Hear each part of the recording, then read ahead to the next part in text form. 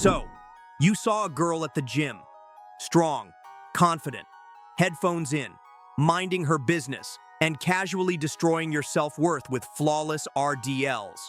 And now your brain, fueled by pre-workout, intrusive thoughts, and one too many TikToks, whispers, say something smooth. Don't. Because one wrong move and you go from mysterious gym crush to featured guest in her group chat titled Absolutely Not. Let's be real. The gym isn't a club. You're not in a rom-com. And you're definitely not smooth just because your triceps are peeking under your sleeveless hoodie. But if you're still gonna risk your dignity for a shot at love between sets, at least learn how to not make it weird. Welcome to the jungle. Let's talk about how to barely hit on a girl at the gym without ending up on a Reddit thread titled Gym Creeps Volume 47. Chapter 1. The Pre-Workout Delusion. It always starts the same. You lock eyes for half a second near the dumbbell rack, or maybe she just looked in your direction while fixing her ponytail. And now, you're convinced it's destiny. Your brain, marinated in caffeine and ego, decides. She looked at me. She felt something. Yeah, she felt judged for using the squat rack correctly, while you're over there doing curls like a toddler with spaghetti arms. But you don't care. You've already built the entire relationship in your head. You'll spot her. She'll laugh at your jokes. She'll say, wow, most guys are creeps, but not you. Plot twist. You are that guy. This isn't a meet cute. It's a squat rack. She's not looking for love. She's looking for progressive overload and no distractions.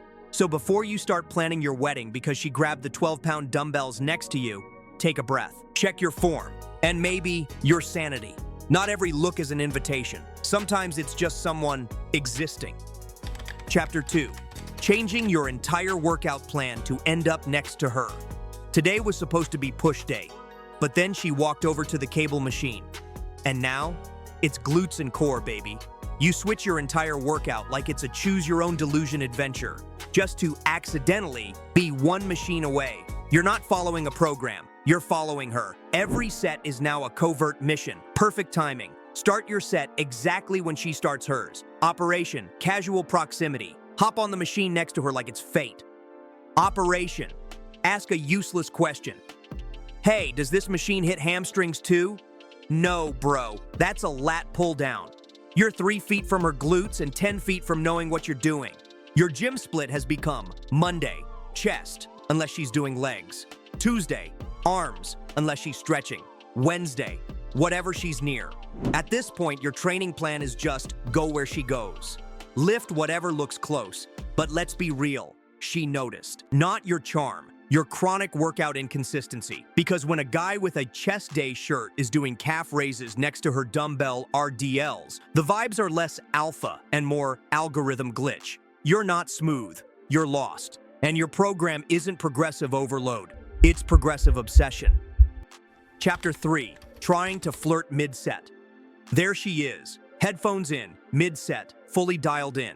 So naturally, this is the moment your brain decides, time to flirt. You're on rep 4 of a shaky lat pull down, already turning red from effort. And instead of focusing on form, you're thinking of pickup lines like it's an emergency. You lock eyes through the mirror for half a second and convince yourself, she looked at me.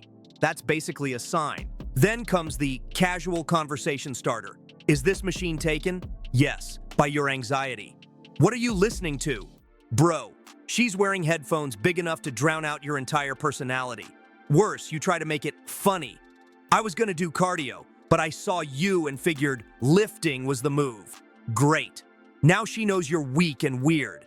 And while you're busy delivering this masterclass in awkwardness, you're also forgetting to breathe, missing reps, and shaking like you're being tasered by your own pre-workout.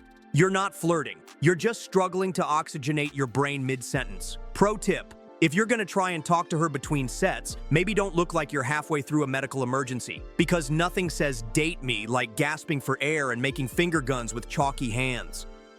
Chapter 4, giving her advice where she didn't ask for. Ah yes, the final form of gym cringe. You see her lifting, focused, strong, dialed in, and your inner voice goes, she could really benefit from my unsolicited expertise.